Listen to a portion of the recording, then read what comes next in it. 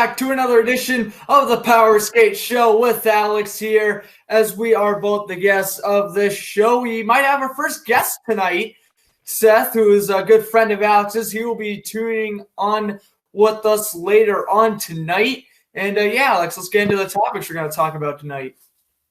Grant, once again, thanks for having me once again, and hopefully we have him come here right now. So the topics that we're going to point out, just as a review, we're gonna start going once he comes. So we're gonna finish the top 20 free agents, we're gonna analyze the players, each player I should say, and what teams that they're interested to go to. We're going to talk about the Penguins salary cap situation, since Seth is a Penguins fan.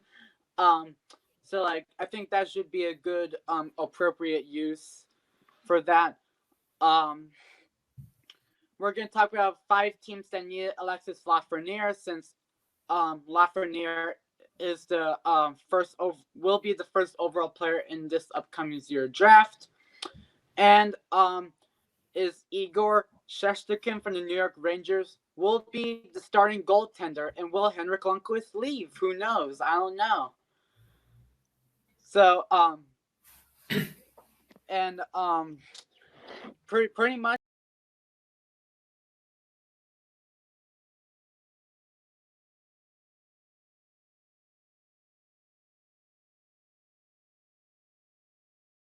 NHL draft and who might win the Matt Murray sweepstakes. That should be interesting. Who the Penguins choose, Matt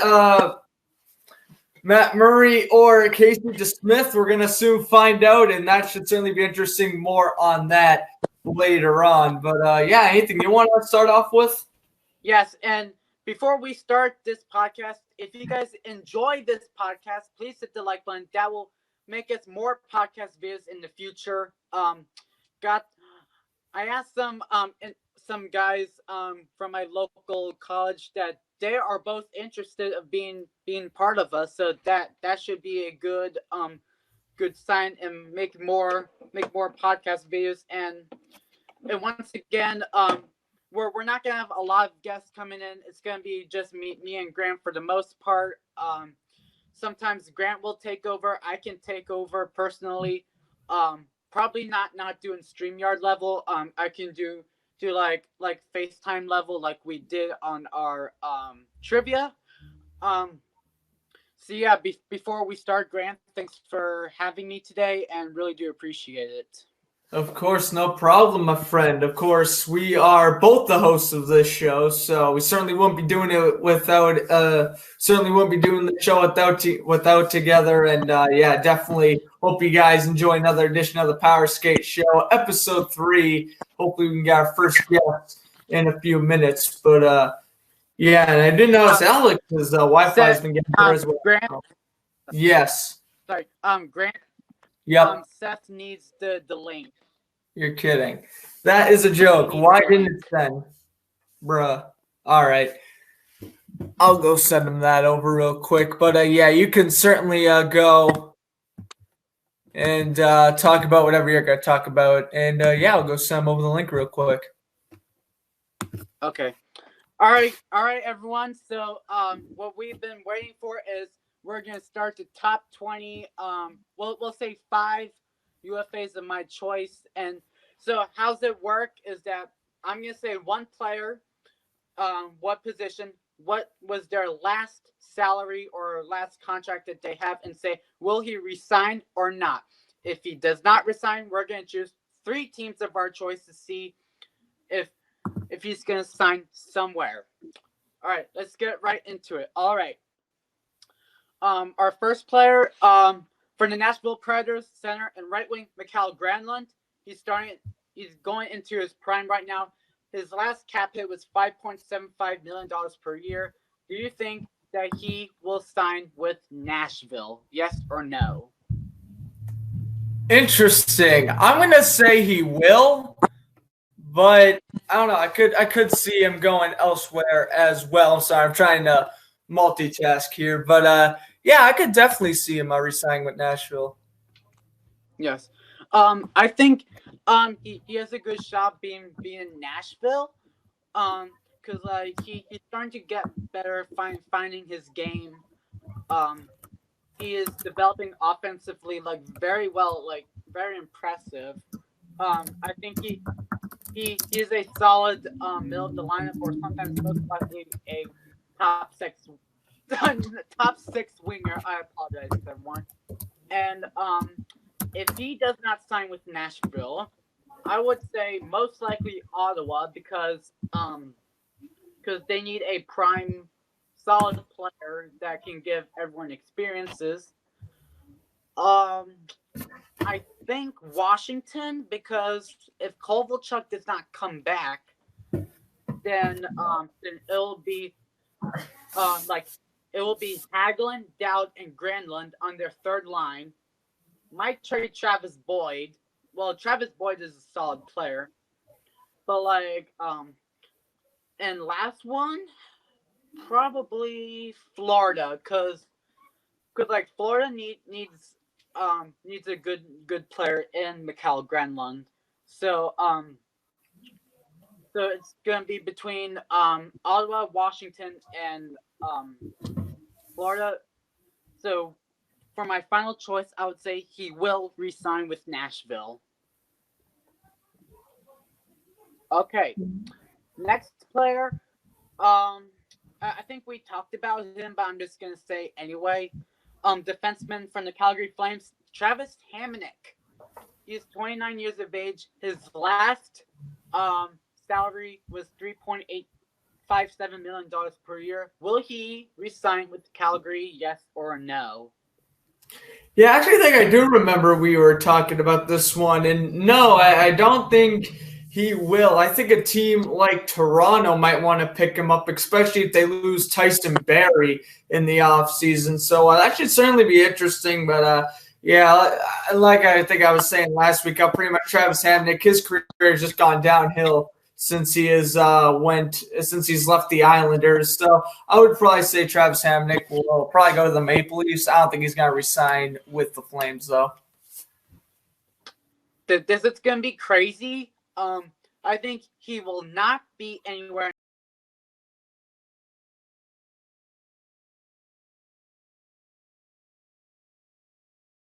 off the map. Like he was better like in his like first 4 years of the season, I believe. Like in his time with what did he play? The Islanders. So like when the Islanders were like barely even good, like close enough to be in the playoff spot, he was good. So when he was in Calgary, nah. If he is still in the NHL, maybe, who knows? I would agree Toronto, but I would say probably like LA, Pittsburgh, or probably St. Louis. If Pietrangelo does not come back, then Hamonic might take over. Because if Pietrangelo leaves, then you will have Parayko and Bouwmeester on the top back end. Hamonic and Scandell. That's interesting. Maybe I don't know if I see Hamonic going to the Blues, but I guess we'll have to wait and see. Yeah.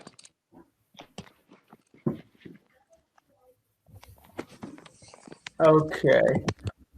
All right. Seth just gave me a new email, so let me just quickly see if that works. I apologize, everyone. First guest on the show, so might be a little bit rusty at this, but not to worry. We'll get him on here in a couple minutes.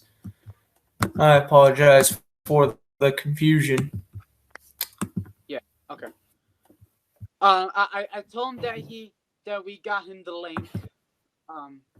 So like he should be all set. And I apologize for everyone who's watching. It's just that some confusion with the guest, but he will definitely come back in an orderly fashion. Yes, he will be on in a couple minutes. Yes. Okay. All right. Another defenseman from the Calgary Flames, TJ Brody. I think we talked about him, but once again, I'll say it anyway. $4.65 million per year at 29 years of age. Will he re-sign with Calgary, yes or no? DJ Brody, I actually think will, because the Flames, they're kind of in like dire need to keep a defenseman, and so I could see him wanting to stick around. So, yeah, what do you think? He will re-sign because Calgary is starting to become a powerhouse, like a defensive powerhouse team. For Mark Giordano, Juuso Valimaki, TJ Brody, I was about to say Hamilton. Dougie Hamilton. Rasmus Anderson. You got your top 4D. I think both of them are like all four of them are impressive. So like he will definitely resign with Calgary.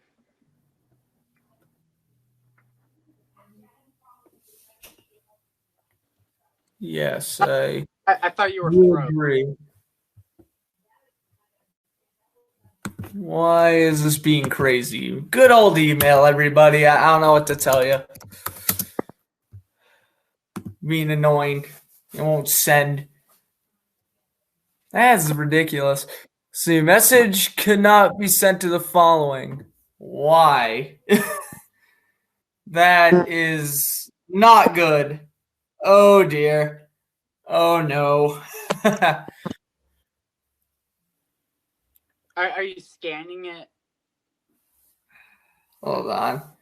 Now I'm going to send a screenshot saying that it didn't send.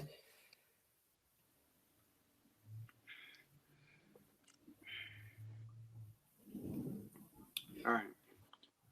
And for those who are watching, we both apologize for the delays. Just we have some technical difficulties with our guest, but he will definitely come back, like I said. I don't know what's going on. I don't know why it won't allow me to send him over the email, but we'll continue rolling on here. So yeah. All right. I'll check it if he responds. Hold up, my bad. Okay, here. I'm rushing. I misspelled something. He told me that. Hold up. All right. So he saw that that I told him that we got the link for him. I know that I should have done it for that, but I'm so stupid. Once again, we both apologize. All right. Next player. Well, we'll just move on. Why not? Eric Holla from the Florida Panthers. Like, I think this is an interesting one, to say the least. He's 28 years of age. Well, with Vegas or Minnesota, it's one of them. 2.75. No, he was with Carolina, so he was the free agent. $2.75 million per year. Originally with the Carolina Hurricanes, but got traded to Florida. Will he re-sign with Florida? That I could see him re-signing, yeah. I think it's a tough decision. Like, you got 50-50. So if he does now I did spell it right and it's not even letting me send it. You gotta be kidding me. Okay. If he does not come, then we'll have him be on episode 4. Yeah, he'll definitely be on episode 4. My apologies, everyone. I was eating dinner. I was in a huge rush to get this one going, so my fault. Schoolwork's been just driving me crazy over the past couple of days. Oh, geez. Once again, ladies and gentlemen, I apologize, but our first guest, so. I told him that we're having difficulties. Why? Yeah, why isn't it letting me send it? That is ridiculous. I spelled it the way how he sent it to me. Bruh. Oh, he's watching us. Oh, he is good. He's watching us. Oh. But okay. Good. Well, maybe it would be best if he could go on speakerphone or something. Because if it's not allowing me to send the email, well then. Yeah, like if he does not come, we'll just have him be on episode 4. Yeah, definitely. All right, you sent me another one. We're just gonna give it a shot here. Seth Cheesy. No, it's Seth R. Chason. Oh shoot. Okay.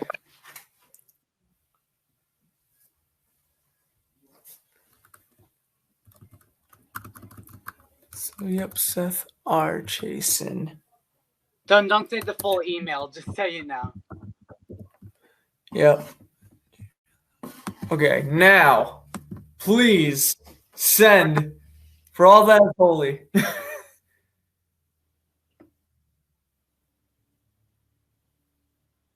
The intensity's killing me. It's sent. Yeah. We might get Seth on the show. Let's go. All right, ladies and gentlemen. All right, ladies and gentlemen, let's give a big warm welcome to Seth Chason for coming in right now. He is such a stud in my mind. Listen, Grant, the minute he comes in, he's a Penguins fan. I'm a Caps fan. He hates Tom Wilson. You're gay. Here's chirp. Great. Well, listen, sure, throwing in a Bruins fan in the mix certainly won't help matters, but yeah, but we're still good friends. Like, yeah, nice. I'm trying to guide. All right, here's Seth. He's in the building. All right, ladies and gentlemen, please welcome Seth Chason.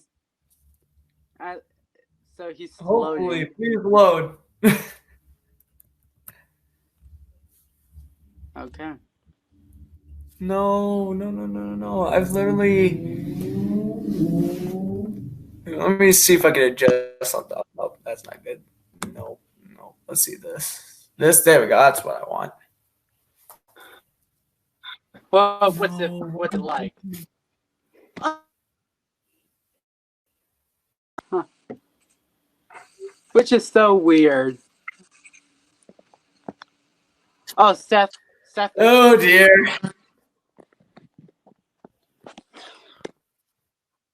Bruh. What is this? Don't worry, like I said, guys, my bad. I was running a little late today. Next time, when we have another guest on the show, we will definitely get this well settled, like a half an hour in advance. But I've just been so busy with schoolwork and stuff. It's been putting a dent to my plans. But hopefully Seth can load in here. If he can, I might just kick him off and then put him back in. Maybe that would work. Yeah, let me do that. So let me. Okay, get rid of him, and then we could try to. Okay. All right. Now let's see if this will work. All right. So he's back. He should be. Okay.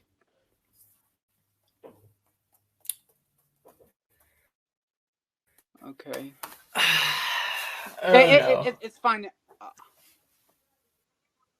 Yeah, like I don't know what's wrong with Seth, but let's just get right into it. So here's an interesting. Okay.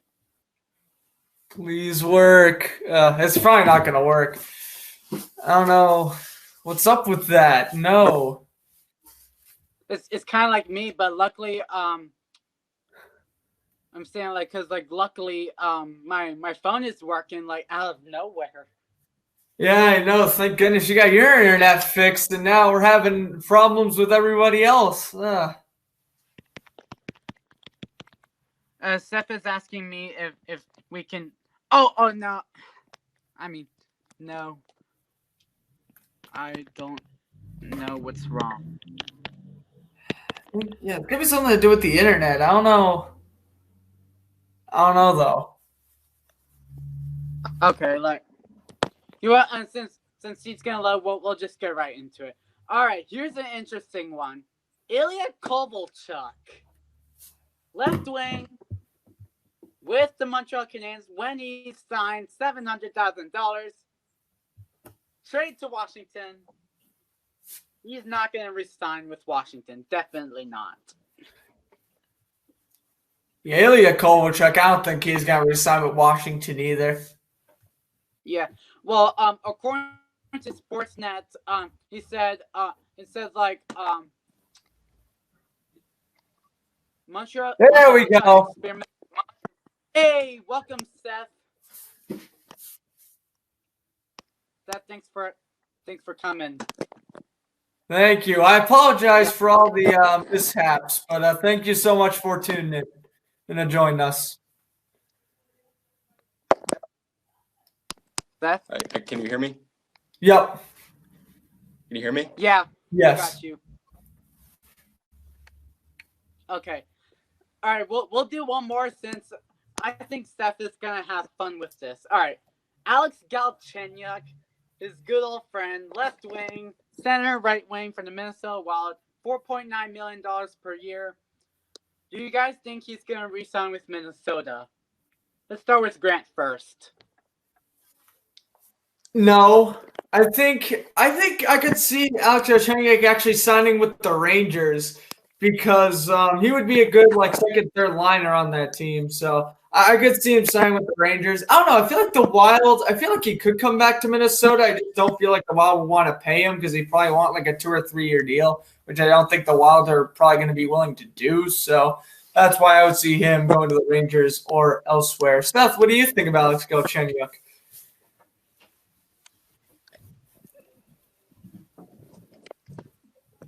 Can you guys hear me?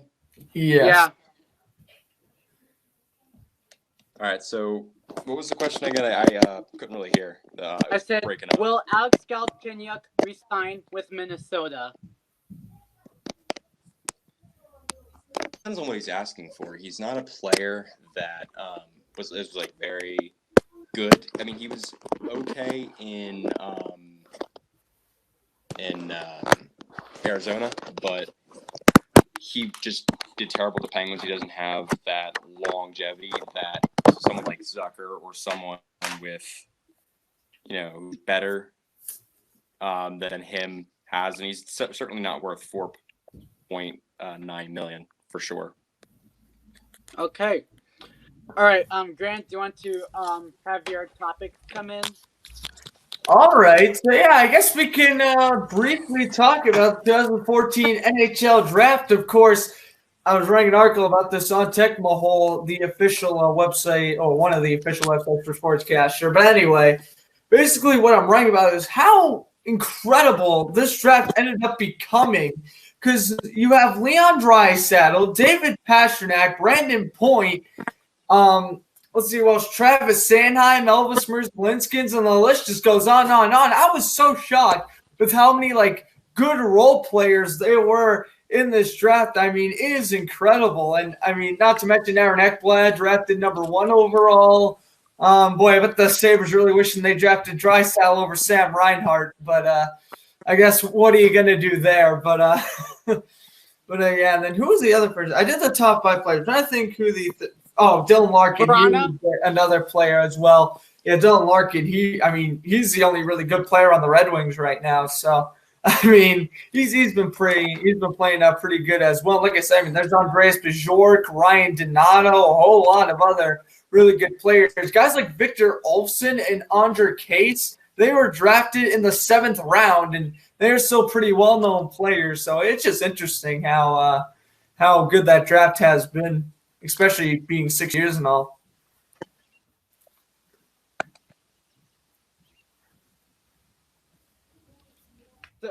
Yeah, I think the 2014 draft was really impressive. So if we do a redraft, so Ekman was good. I would say Draisaitl would go 2nd overall, and probably Verana or Pastrnak because Verana is starting to have a good season with Washington, and he's about to be a 30 goal scorer in the near future. Future All-Star, and and sooner enough to be like one of the best players in the Caps right now.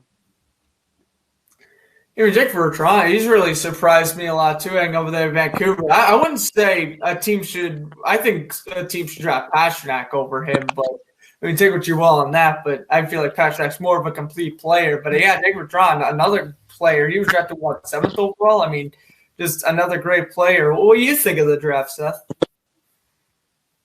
If he can, fortunately, come back here. Well, for him, like if he was on, I would say he would say oh, Seth's back. Okay.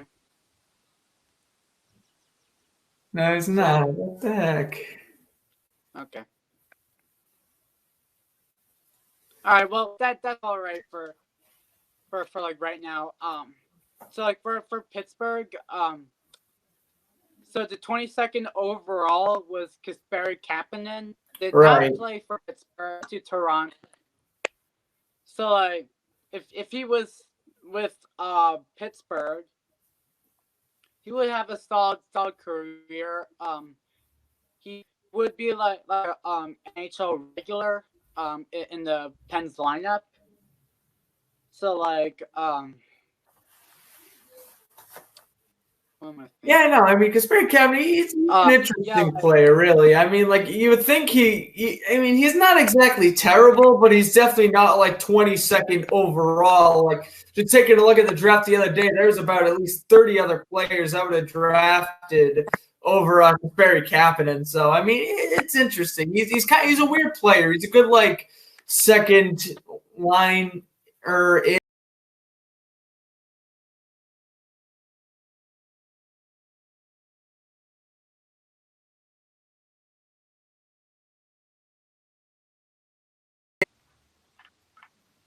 Okay. All right. So I'll go with my next topic. I'll go with my first topic. I was going to say save it for last, but we'll just say it anyway. We have to think 5 teams that teams needed Alexis Lafreniere. As all of you guys know, Alexis Lafreniere has been the top draft prospect in this year's draft class for 2020. What could be the 5 teams that they need Alexis Lafreniere?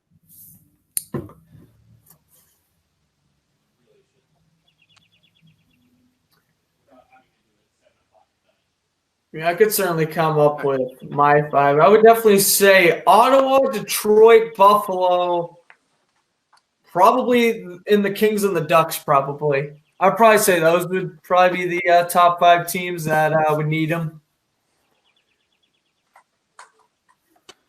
I agree with you because Anaheim is close to be a playoff team. As far as I'm concerned, like I understand that they're rebuilding. Don't get me wrong. Like if Anaheim isn't the first overall, you will have Lafreniere, Sam Steele, Max Comtois, Trevor Zegras. Who's the other guy? Troy Terry, Isaac Lundstrom, and Cam Fowler on the back end. And like most of the young players, if they have Lafreniere, then I would think that will take a step back for like 2 years and then start becoming a playoff team. Yeah, that certainly makes sense. I feel like the Sabres could use a guy next to Jack Eichel, which is why I think he'd go to Buffalo. Rams could use a guy next to Dylan Larkin. Kings could use a guy next to Kopitar. But yeah, Seth, what do you think about Lafreniere? Honestly, I think the best spot he would probably go is somewhere like Ottawa or as you said, Detroit. Ottawa just hasn't had the good enough season as of late. All thanks to Chris Kunitz in the 2017 playoffs ended their whole franchise. But I think they need some strength and some scoring alongside Tkachuk in Ottawa. So I think that would be a good spot for him. And then also Detroit, as you said, Larkin's the only good player in Detroit. And I mean, I have a cap space and everything right in front of me. Detroit has like $1.5 million left in cap, so they could make some moves over the offseason and hopefully pick up Lafreniere and be golden for next season.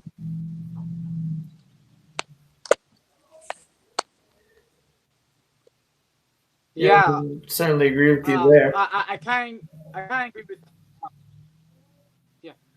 So like for like Detroit, I would go with LA. Like, this will be a no for LA. They will immediately be a playoff team, but not really. But like starting to contend a bit. Just to because like LA is a little bit closer to the playoffs. I know like standings wise that they're not even close.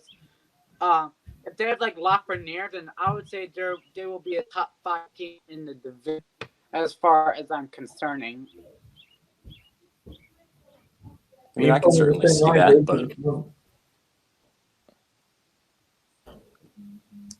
all right. So next topic. This is gonna be a Seth thing.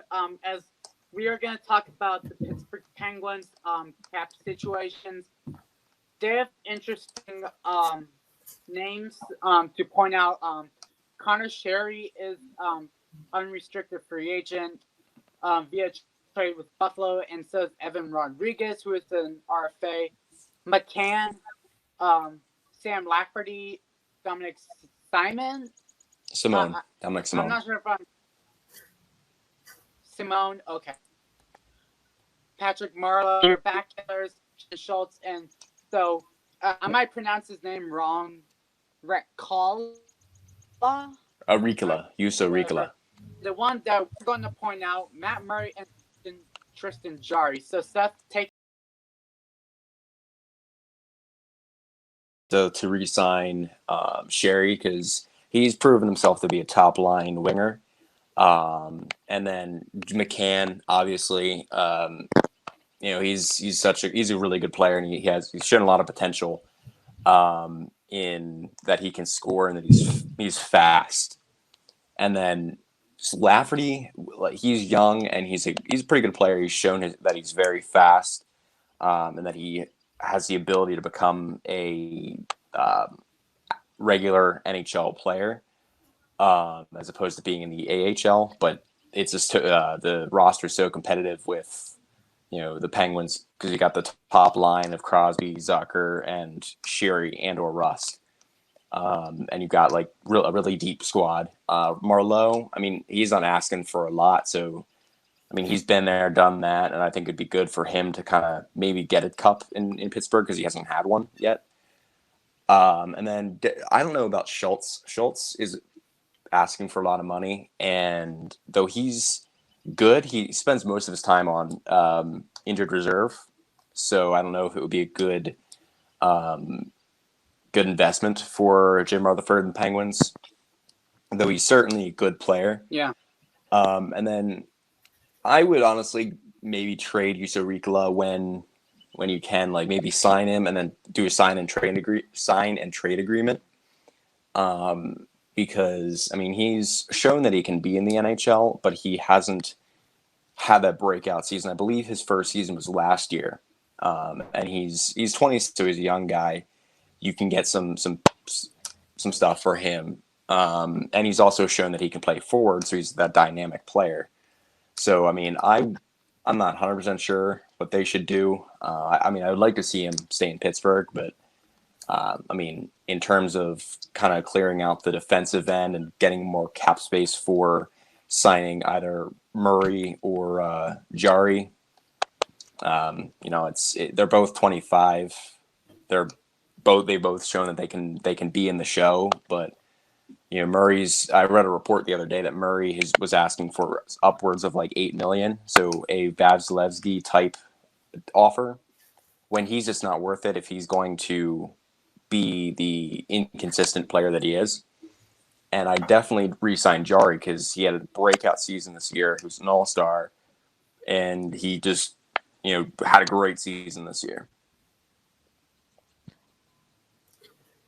Yeah, I agree, which would kind of put me into my next topic, because today I read up that the Avalanche wanted to make a trade for Matt Murray during the offseason. So, I mean, to me, I felt like the Avalanche are set goaltending-wise because they have Franz Kuz and they have Philip Grubauer. When they're healthy, they are like a Raskin-Halak goalie duo. But the problem is they need that one extra player to push them over the Blues in the standings. And I honestly think Matt Murray could be that guy, hang over from Pittsburgh. Because, like I said, Christian Darry, he certainly proved himself this year with an all-star appearance. And I mean, he's just been playing great all season long. So, he definitely deserves a pay raise. And now Matt Murray's kind of fallen back a little bit. I mean, now what do you do with him with his contract expiring? But, interesting stuff. Yeah. I mean, honestly, I'm still kicking myself because I wish that the Penguins did not protected Fleury rather than Murray, because Fleury he's not the most outstanding goaltender, but he knows how to get it done, and he's shown to be more consistent than Murray is over the past couple of years. Hell, he led the Knights to their first Cup appearance against the Capitals in 2018, and don't bring that up. What? But okay. But he helped Murray get back-to-back in 2016, 2017. Right. And honestly, I think maybe a trade would help with the cap situation for the Penguins, being able to sign some of those, because I think we're good defensive-wise, but offensive-wise, we kind of need more depth in the offense, because though the Penguins were injured, like I read up today that they had like 217 games where people missed. So like, meaning they were between every single player that was injured this season, 217 games, and which is outstanding, just bad. And I think we need help up on the offensive side so we can, make up for that. But honestly, a trade, like a mock trade that I would see coming out of Colorado and Pittsburgh, probably would be a Matt Murray and maybe Juuso Riikola or so, prospect for, I'd say like I hate to say it, but what's his name? I blanked on his name. He was on the Leafs. He was traded. Oh, Tyson Barrie? Tyson Barrie, yeah. Tyson Barrie would be a good move, I feel, because Tyson Barrie is a younger guy, but we have DeSmith, who was pretty good last year, right? And that would allow him to move up to the big leagues, and then even if we've had trouble at the goaltending, we have Alex DeHorio in the ECHL, and we have Emo Larmy in the AHL along with Casey Smith. I think the Penguins are fine goaltender-wise, but I think they need to, as I said, strengthen up on offense. Yeah, well, actually, Tyson Barrie, my bad. He's actually a defenseman, but I could see the Penguins trying to go after someone like JT Comfort or Burakovsky as well. Just get a good solid, third line left winger, third line right winger to, kind of boost up that forward core a little bit. Why not get both and trade Murray and a prospect for both of them? I mean, if you're Pittsburgh, like you said, they have Casey DeSmith, who's, when I've seen him play, he's pretty solid as well. And yeah, definitely Matt Murray. He's definitely been sliding down over the past couple years. So, I can, a team who's like a near championship caliber team like Colorado is going to want to get that, veteran goalies, won 2 Stanley Cups, and, he's going to want to, get that playoff momentum perhaps and experience. So I can definitely see the Avalanche going after Matt Murray. I'm just trying to think right now. I mean, outside a team like Buffalo, like maybe Calgary, I really don't see really anyone else wanting to go after Matt Murray at the moment. I could see Calgary because Mike Smith, I mean, he is so hot and cold. Or actually, no, I lied. Cam Talbot's so hot and cold. And then, Richie, he's okay, but I don't know. I'm not fully been impressed with him yet either. So I can maybe see Calgary try to pick up Matt Murray as well.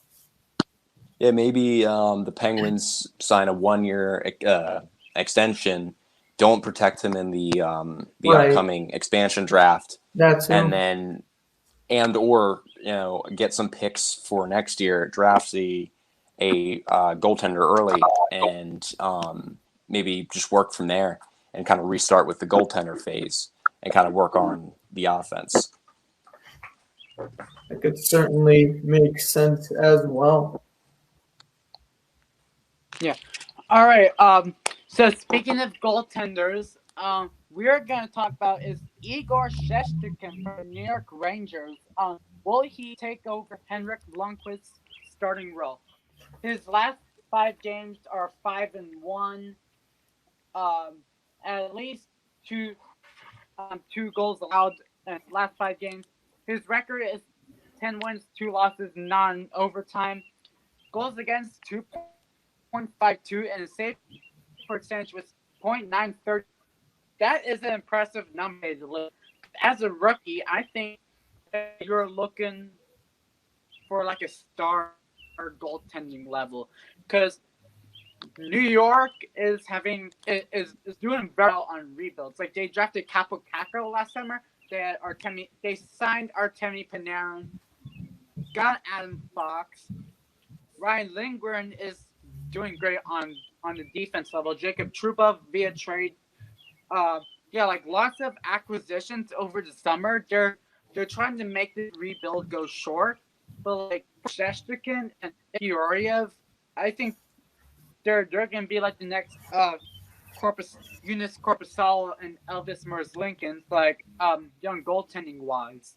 So like if Lundqvist leaves, then I think Shesterkin might be like kind of like Roberto Luongo's level, like when Vancouver was starting to be like one of the best teams in the league. Not really on that level, but like 75% of that level. Yeah, I mean, I think Lundqvist's time in New York is coming to a close. Either he retires, or he signs somewhere else, or he gets traded. Because I've seen reports that he might be bought out. So I think it'll be smart for a team to pick him up after he's been bought out, and because he's a good goaltender, he's seasoned, but he hasn't had the good season the last couple of years, and I think that maybe one last hurrah for him would be ideal. Because he's like 38-ish. He's old. He's older. Yeah, I think. Let me look that up real quick. Well, I mean, yeah, that would certainly make sense. I mean, Henrik Lundqvist, obviously Rangers legend, don't get me wrong, but like, I mean, it's time to move on, I mean, Daniel obviously left the Senators and, all that stuff. I mean, I think it's time for Lundqvist to, finally leave New York because, the Rangers, I mean, you got to be smart here. You have these 2 upcoming goalies who have been very selfish, and then you have Henrik Lundqvist, who is in his late 30s, and he's just been struggling over the past couple years. And, yeah. He's 38, but like I think maybe they keep him around to kind of help, kind of build the goaltending squad. Maybe have him as a mentor, like Flower was a mentor for Muzz in Pittsburgh, and maybe have one of those characters, and then have him be chosen in the expansion draft in 2021. So, that's always a possibility there. Yeah, I kind of see that going. I could see that happening as well. Yeah. All right. And also speaking of another goaltender, so we're going to talk about the Washington Capitals. what's going to be the situation with Ilya Samsonov, who's going to be the starting goaltender of the Capitals when Holtby leaves?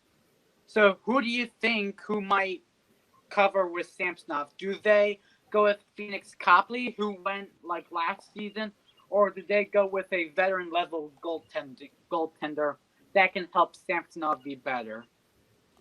I would say a good choice would be Phoenix Copley because the Capitals had re-signed Backstrom, and it's been a plan for a while to re-sign Backstrom, but I think it's going to be quite difficult to get Holtby back in the net for Washington due to the sheer amount of money he's asking for, and he deserves that money.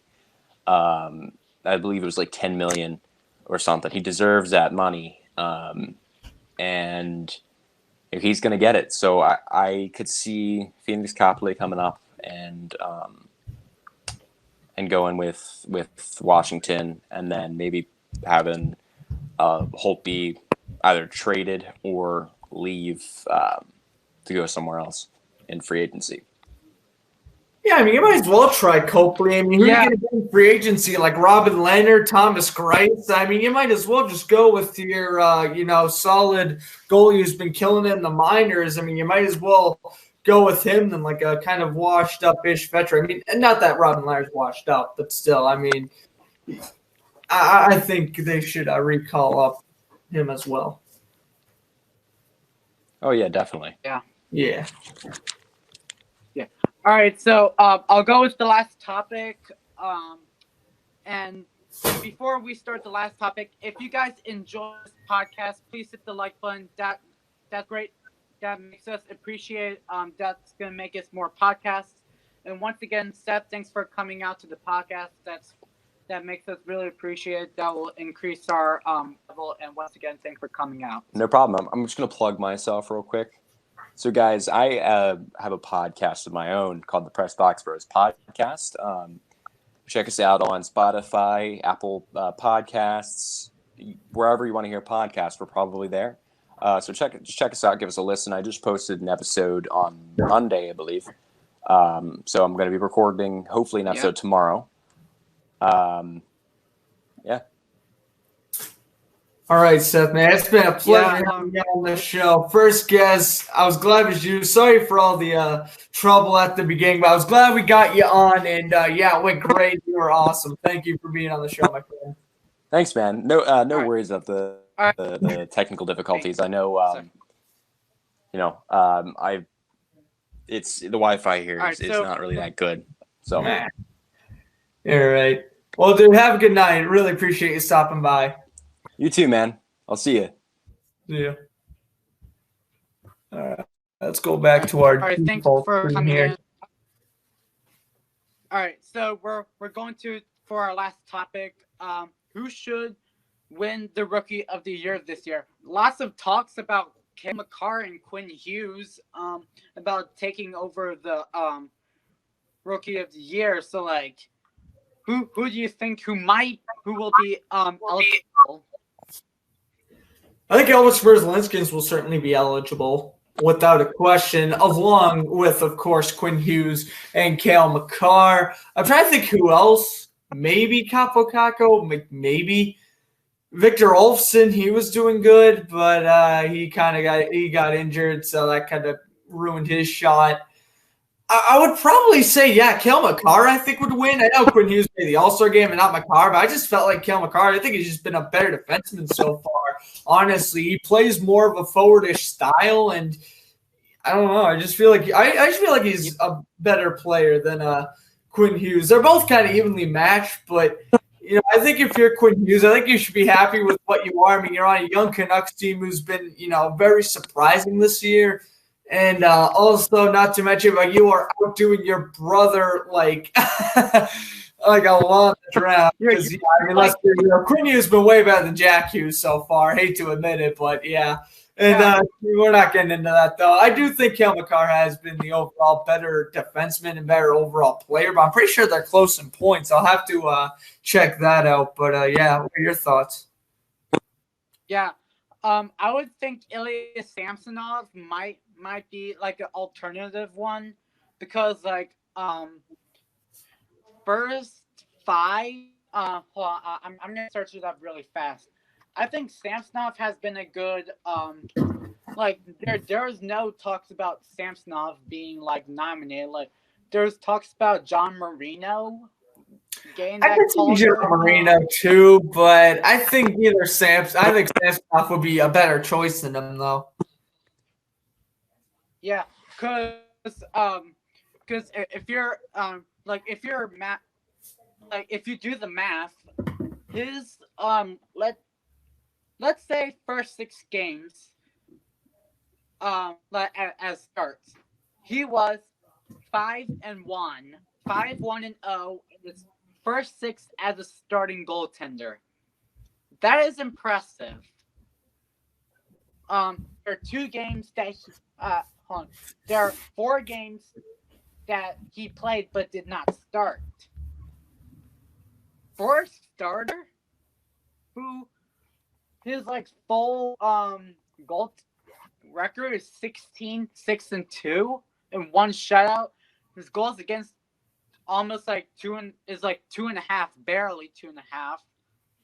And .913 save percentage.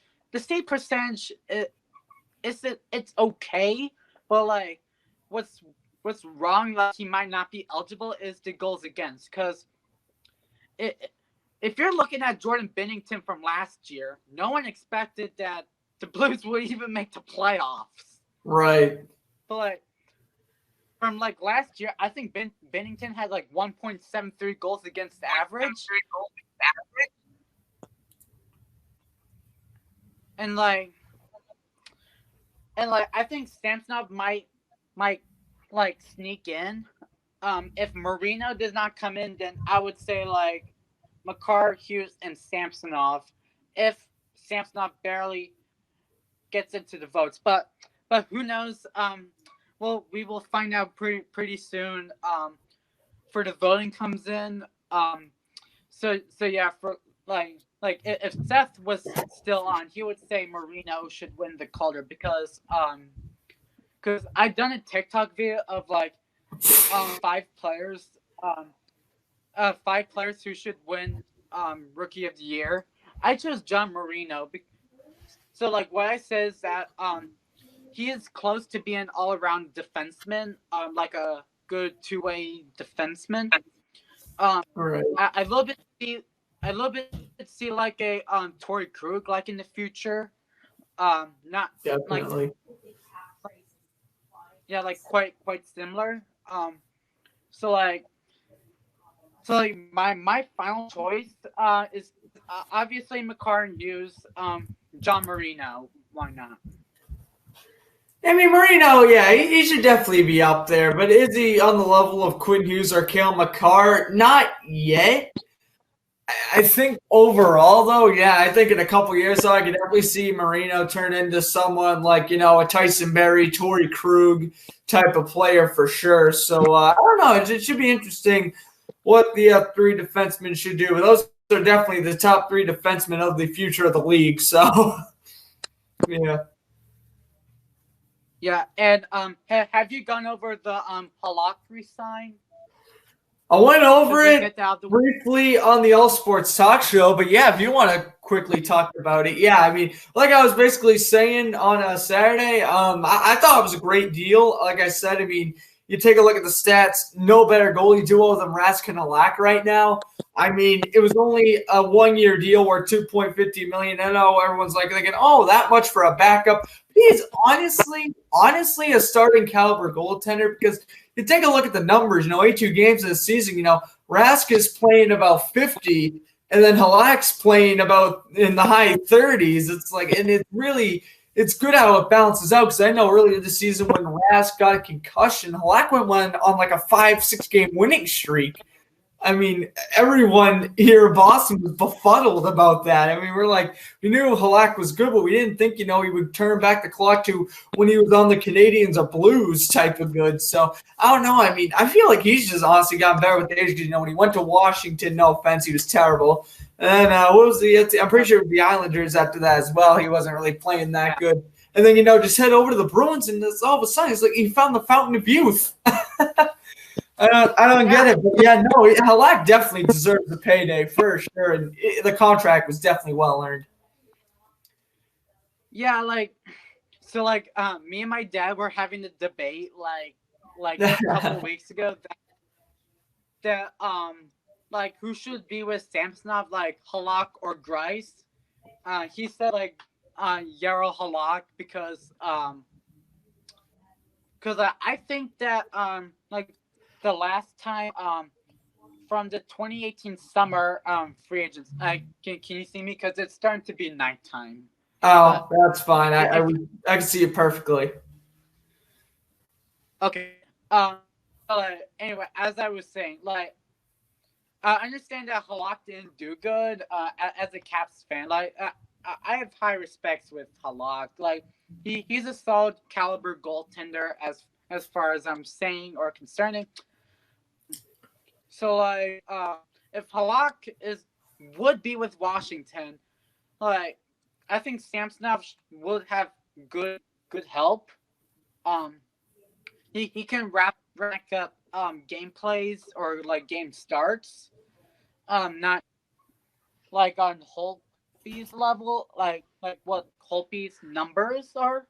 I would say like he should be being with like a 31 or 35 game range as he's with Halak. Like since like we only have like Thomas Grice so far or Robin Leonard, I think I mean, Halak's the Samsonov best one out of all those three. I mean, I'm sorry, but Halak's definitely been proven to be the best one.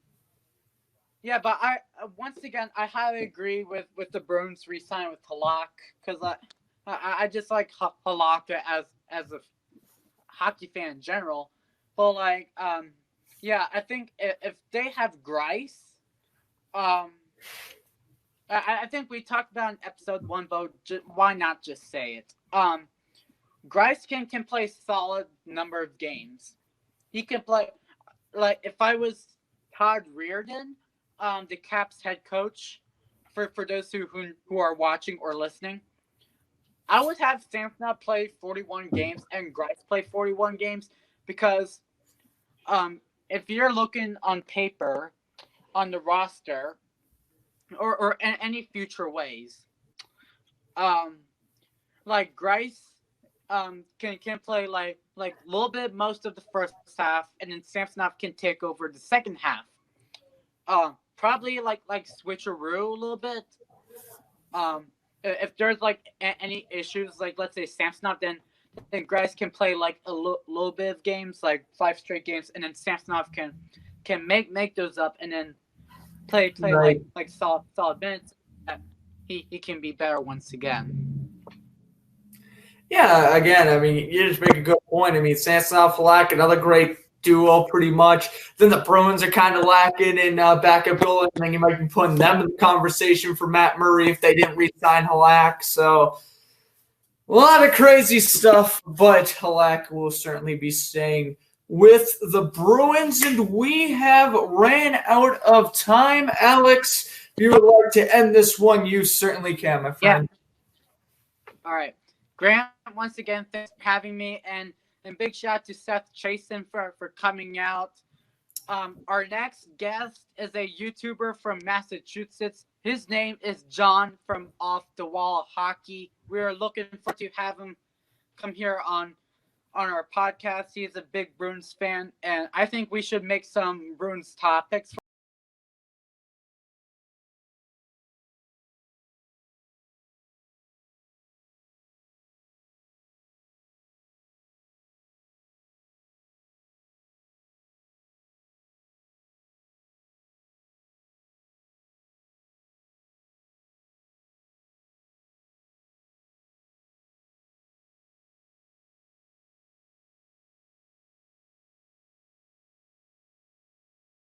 On our social media, Instagram at Powerskateshow. That'll be fun.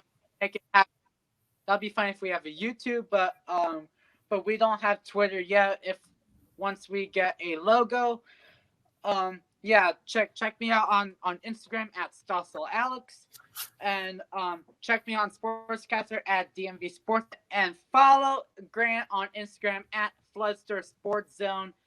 And Daily and also sports once news again, won't be Sportscaster disappointed. and once again on Sportscaster at Floodster, as you can see on his name tag.